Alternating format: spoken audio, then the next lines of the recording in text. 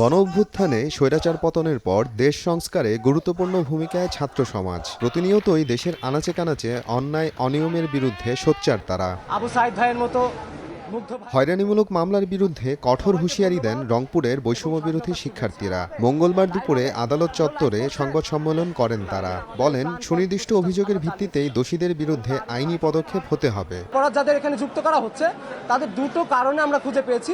প্রথম কারণটি হচ্ছে ব্যক্তিগত শত্রুতা বা আক্রোশ, এবং দ্বিতীয়ত হচ্ছে তার কাছ থেকে অর্থ আত্মসাৎ। আপনাদেরকে হুঁশিয়ার করে দিচ্ছি, আমাদেরকে যাতে আর তৃতীয় সংবাদ সম্মেলন করে আপনাদের মুখোশ উন্মোচন করতে না হয়। সাধারণ মানুষের পক্ষে দাঁড়ানোর জন্য আমরা আইনজীবী প্যানেল এখনো প্রস্তুত আছি।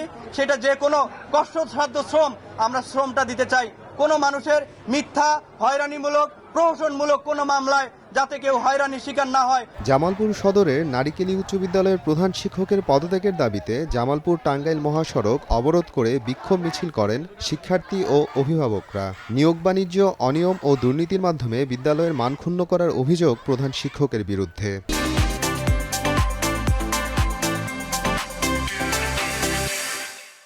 ক্লাসের ভেতরে সিগারেট ধরানো, তারপর হচ্ছে ছাত্রদের সিগারেট দিয়ে আসা, এগুলো থেকে শুরু করে নানা ধরনের কেলেঙ্কারিতে জড়িত। প্রধান শিক্ষকের অবনতির কারণে আমাদের স্কুলের ছাত্ররা আজকে নিপাতলে যাচ্ছে। আমরা চাই আমাদের প্রধান শিক্ষকের পদত্যাগ। আমাদের প্রধান শিক্ষক হচ্ছে একজন মাদকাসক্ত ব্যক্তি।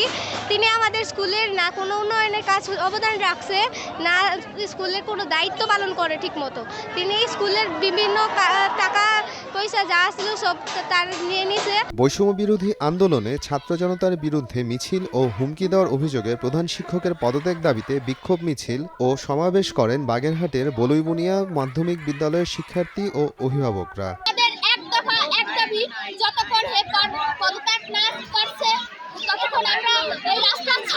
অনিয়ম দুর্নীতির অভিযোগ এনে প্রধান শিক্ষকের পদত্যাগ দাবিতে ক্লাস বর্জন করে বিক্ষোভ করেন কিশোরগঞ্জ উচ্চ বালিকা বিদ্যালয়ের শিক্ষার্থীরা।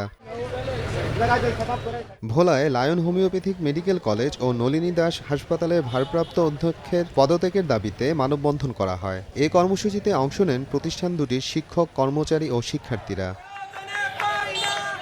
চাঁপাইনবাবগঞ্জে এক্সিম ব্যাংক কৃষি বিশ্ববিদ্যালয়ের উপাচার্যের পদত্যাগের দাবিতে বিক্ষোভ সমাবেশ ও মানববন্ধন করেন শিক্ষক, শিক্ষার্থী ও কর্মচারীরা। অনির্দিষ্টকালের জন্য বন্ধ থাকা বিশ্ববিদ্যালয়ের তালা ভেঙে পুনরায় ক্লাস শুরুর দাবি জানান তারা। ভিসি রয়েছেন, তিনি সম্পূর্ণভাবে অবৈধভাবে ক্ষমতা দখল করে স্বৈরাচারী খুনি হাসিনার মতো স্বৈরাচারী কায়দায় তিনি ক্ষমতা দখল করে বসে আছেন। ভিসিকে সমূলে আমাদের বিশ্ববিদ্যালয়ের প্রত্যেকটা জায়গা থেকে তাকে পদত্যাগ করতে হবে। আমাদের ছাত্রছাত্রী মুখ খুলেছে, আমরা মুখ খুলেছি, আমাদের কর্মচারী কর্মকর্তারা মুখ খুলেছে এবং সবাই একসাথে আন্দোলনে আছি।